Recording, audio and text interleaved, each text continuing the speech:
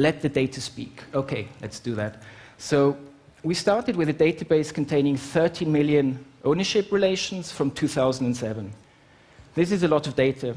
And because we wanted to find out who rules the world, we decided to focus on transnational corporations, or TNCs for short. These are companies that operate in more than one country. And we found 43,000. In the next step, we built a network around these companies. So we took all the TNC's shareholders, and the shareholders, etc., all the way upstream, and we did the same downstream, and ended up with a network containing 600,000 nodes and 1 million links. This is a TNC network which we analyzed. And it turns out to be structured as follows. So you have a periphery and a center, which contains about 75% of all the players. And in the center, there's this tiny but dominant core, which is made up of highly interconnected companies. To give you a better picture, think about a metropolitan area. So you have the suburbs and the periphery. You have a center like a financial district.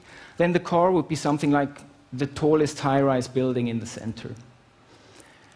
And we already see signs of organization going on here. 36% of the TNCs are in the core only, but they make up 95% of the total operating revenue of all TNCs. Okay, so now we analyzed the structure. So how does this relate to the control? Well, ownership gives voting rights to shareholders. This is the normal notion of control. And there are different models which allow you to compute the control you get from ownership. If you have more than 50% of the shares in a company, you get control. But usually it depends on the relative distribution of shares. And the network really matters. About 10 years ago, Mr. Tronchetti Provera had ownership and control in a small company, which had ownership and control in a bigger company. You get the idea. This ended up giving him control in Telecom Italia with a leverage of 26. So this means that with each euro he invested, he was able to move 26 euros of market value through the chain of ownership relations. Now, what we actually computed in our study was the control over the TNC's value. This allowed us to assign a degree of influence to each shareholder.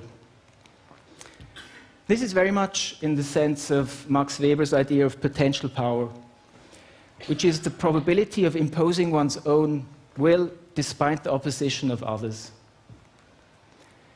If you want to compute the flow in an ownership network, this is what you have to do. It's actually not that hard to understand.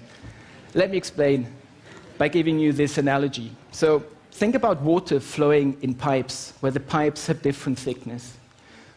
So similarly, the control is flowing in the ownership networks and is accumulating at the nodes. So what did we find after computing all this network control?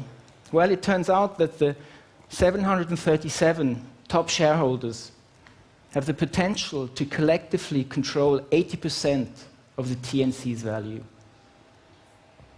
Now, remember, we started out with 600,000 nodes, so these 737 top players make up a bit more than 0.1%. They're mostly financial institutions in the US and the UK. And it gets even more extreme. There are 146 top players in the core, and they together have the potential to collectively control 40% of the TNC's value. What should you take home from all of this? Well, the high degree of control you saw is very extreme by any standard.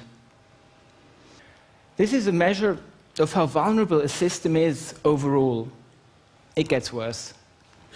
We spend billions of dollars trying to understand the origins of the universe, while we still don't understand the conditions for a stable society, a functioning economy, or peace. What's happening here? How can this be possible? As ownership is related to control, looking at ownership networks actually can give you answers to questions like, in other words, who controls the world?